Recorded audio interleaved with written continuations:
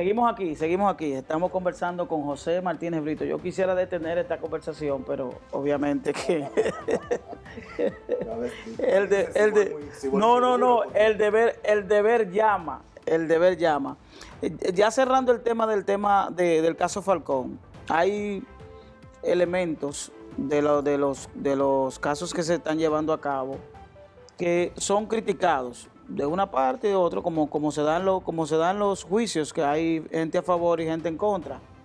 Te hablo de los casos de corrupción y donde algunas personas hablan del debido proceso, de la violación del debido proceso, que incluso en el caso de la Operación Medusa del ex procurador, se habla de violación, de que se le desconoció el derecho a la defensa y que un tribunal reconoció que le violaron derecho, pero ratificaron la medida de coerción. ¿Crees tú que es correcto que el Ministerio Público valide la prisión preventiva como un elemento de vinculación o de culpabilidad? Yo creo que no, pero es que la ley en ese sentido también es bastante clara y establece cuándo la prisión preventiva debe ser ejecutada.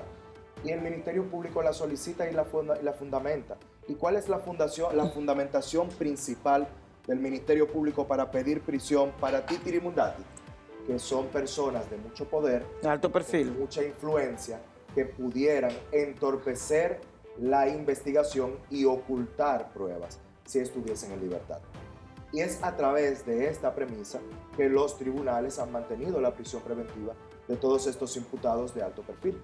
Otra cuestión es la seguridad de los mismos imputados.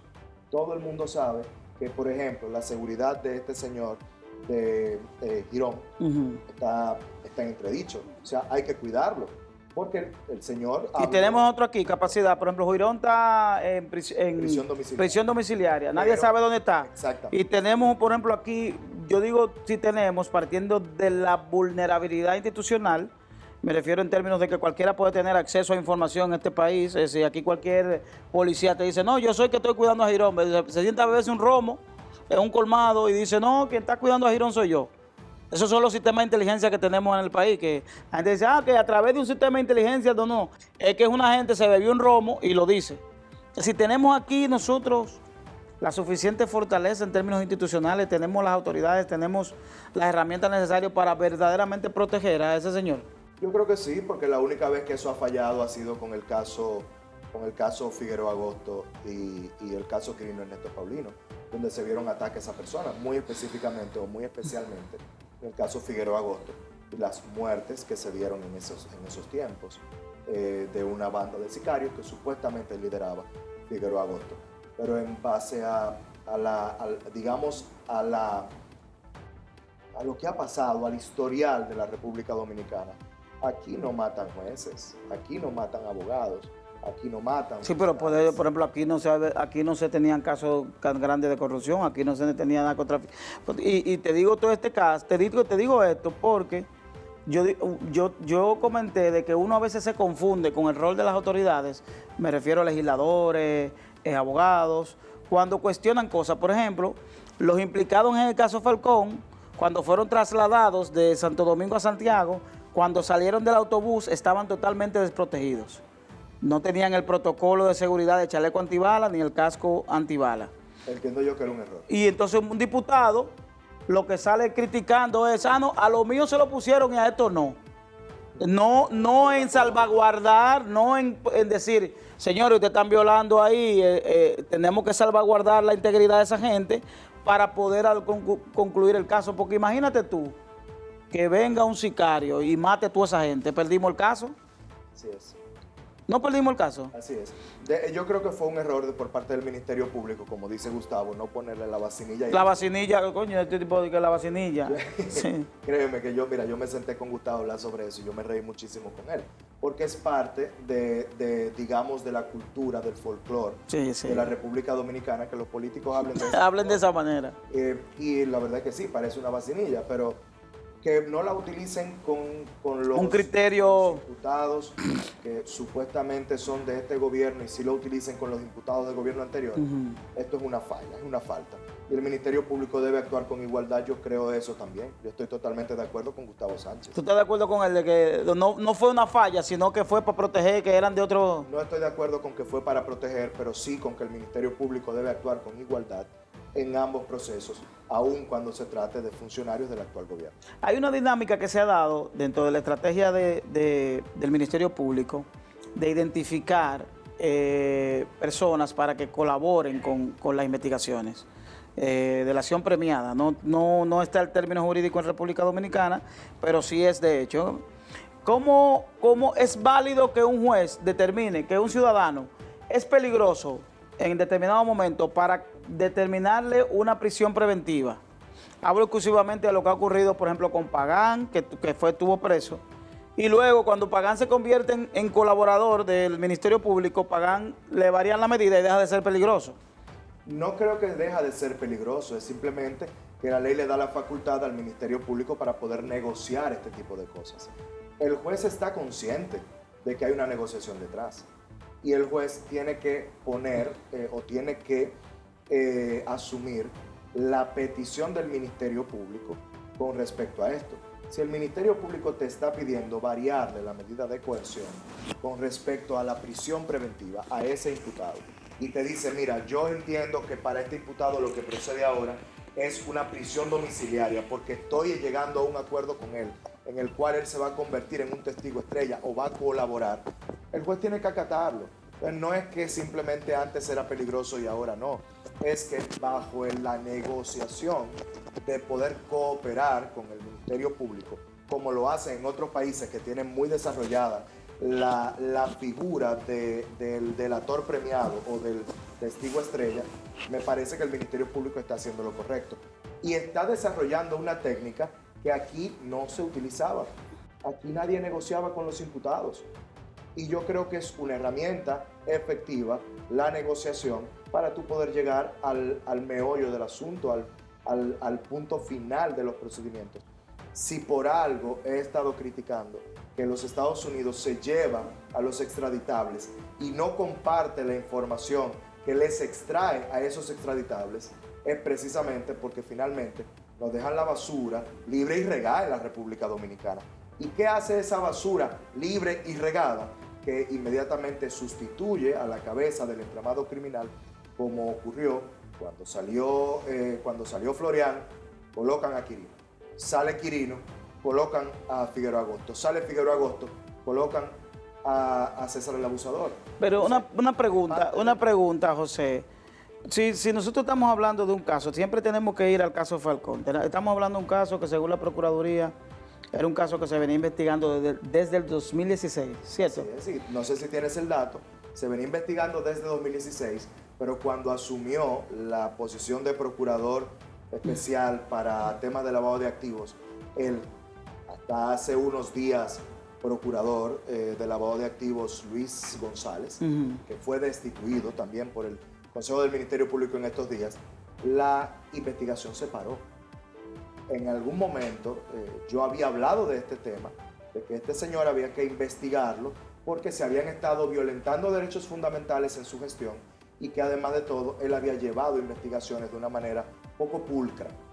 Finalmente termina siendo sustituido y luego destituido este fiscal, este procurador especial para lavado de activos, y fue en su gestión donde se paró la investigación de la Operación Falcón. ¿Y esto guardaría relación con lo que ocurrió también con el procurador fiscal de Santiago, que también fue investigado partiendo de que esa operación se estaba desarrollando en Santiago y que hemos visto cómo la Procuraduría ha hecho movimientos estratégicos de mover, de investigar a procuradores donde hay determinados casos? ¿Que esto pudiera llevar relación? Creo que tiene total relación, porque el Ministerio Público a su vez sabe perfectamente a quienes les entrega la responsabilidad de llevar estos procedimientos.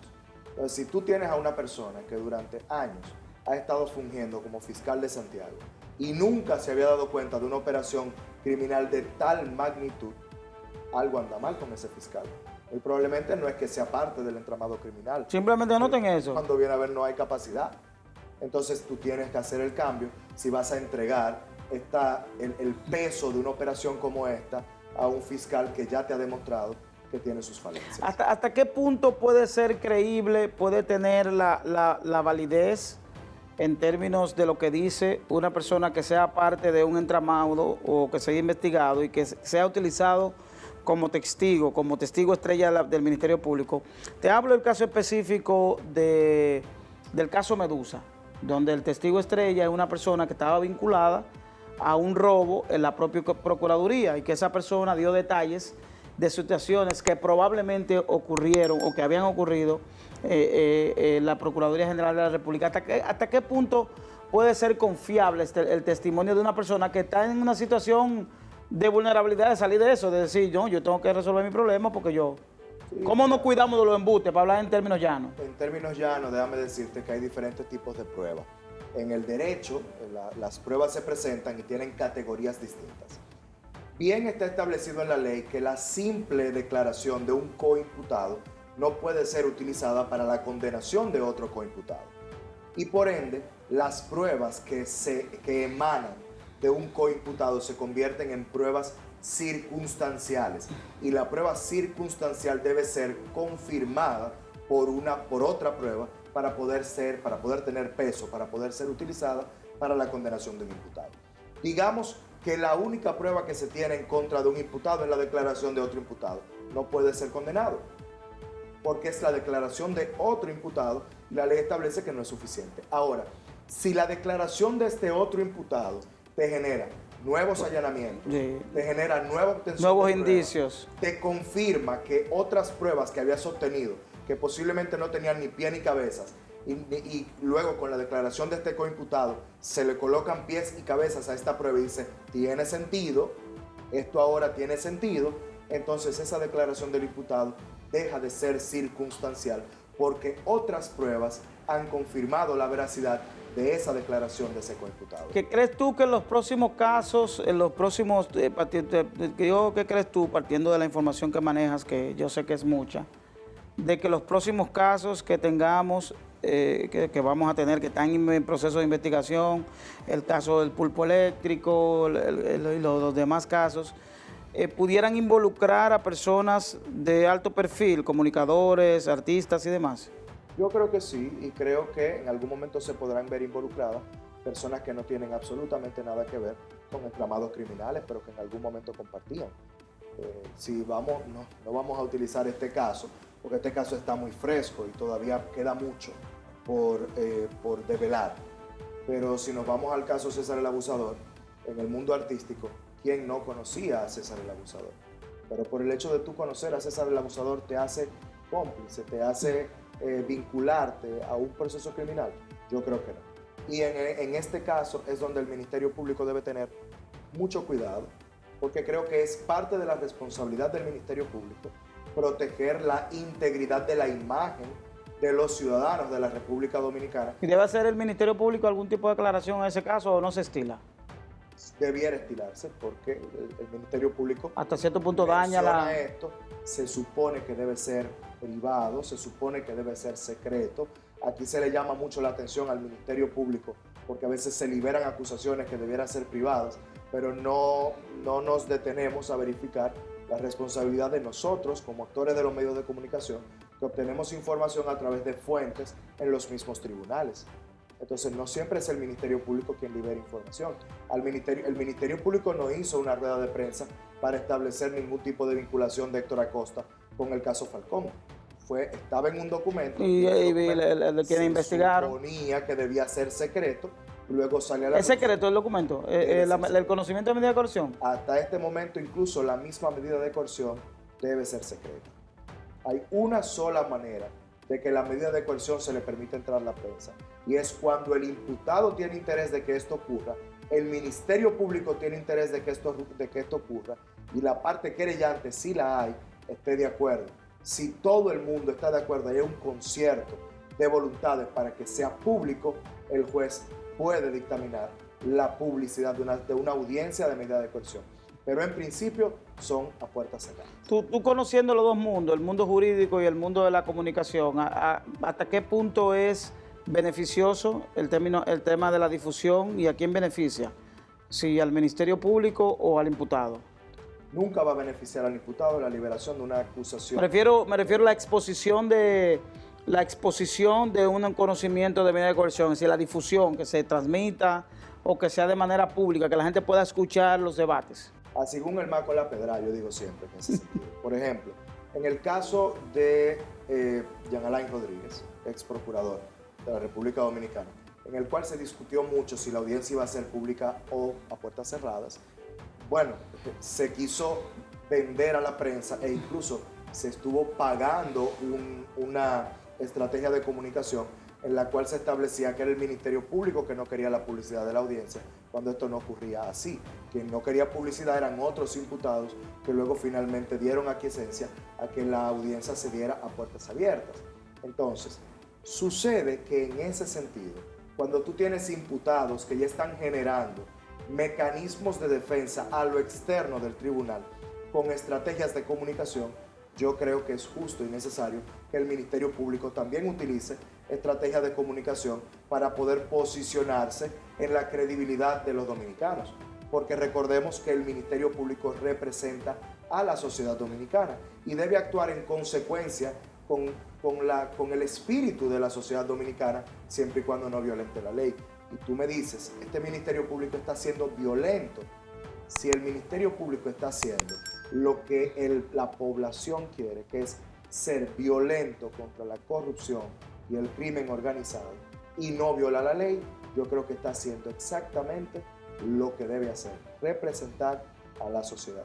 Y en su rol de representación de la sociedad, tener una campaña mediática respecto a los procesos que está llevando, yo lo veo válido. Hay gente que critica el comportamiento de Jenny Berenice, de que habla de que es un poquito incisiva en determinados casos, específicamente con el caso del procurador. Tu opinión sobre el manejo y si ciertamente hay un exceso en términos de esa procura de justicia que tanto llama a la sociedad, de que la sociedad se siente indignada pues, ciertamente por lo que le han quitado, y hasta qué punto puede beneficiar a la sociedad que X o Y persona esté preso, cuando al final lo que yo quiero es una mejor sociedad y que esos recursos vuelvan para ser retribuidos en los servicios que me dejaron de prestar por esa corrupción. Los recursos es difícil que vuelvan por el tema de que no se ha todavía aprobado la ley de extinción de dominio. Empezando por ahí, que aprovecho el espacio, tu espacio, Dari, que lo ve mucha gente, y lo ve mucha gente con influencia. Necesitamos la ley de extinción de dominio. Solo ¿Y eso de quién depende? Porque la ley de extinción de dominio, incluso, aunque vamos a pasar al próximo bloque a discusión del tema del diálogo, ¿por qué esa ley no está en el diálogo nacional? La clase política es responsable de esto, de la misma manera que la clase política era responsable de que no se aprobara la ley electoral o la ley de partidos políticos. Entonces, la clase política tiene que ponerse de acuerdo, dejar a un lado el vedetismo político, sentarse, aún sea a puertas cerradas, ponerse de acuerdo y decir, señores, necesitamos una profilaxis, necesitamos además de frente a la sociedad dominicana dar un golpe de efecto de que el sistema de partidos no está colapsado y demostrarle que tenemos intención de que realmente el crimen se persiga, aunque hayan políticos involucrados. La ley de extinción de dominios es una señal de que esto es así. Que cuando los políticos decidan que la ley de extinción de dominio va a pasar, en ese momento va a pasar. Y con respecto al Ministerio Público, sigo manteniendo, están haciendo su trabajo y lo están haciendo bien. Jenny Berenice es la misma Jenny Berenice que cuando era fiscal en Santiago.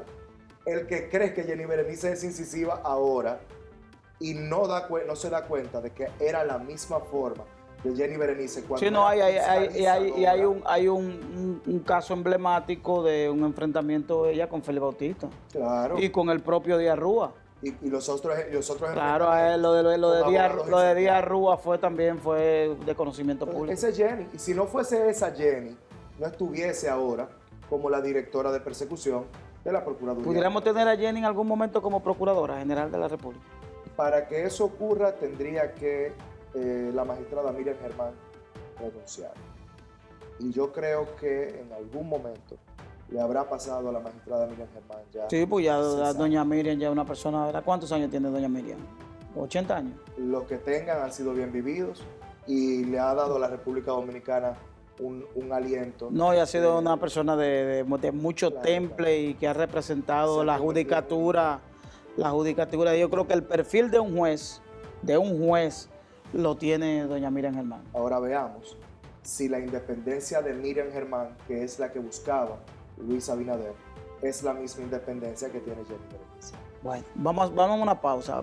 Estamos conversando con José Martínez Brito. Verdaderamente que una interesante conversación, una conversación pedagógica en términos de jurídicos y en términos de lo que está ocurriendo en República Dominicana con relación a los casos de corrupción. En esta segunda etapa vamos a hablar del diálogo nacional y de los elementos que están incluidos en el mismo. Entonces la gente habla, vamos a una pausa.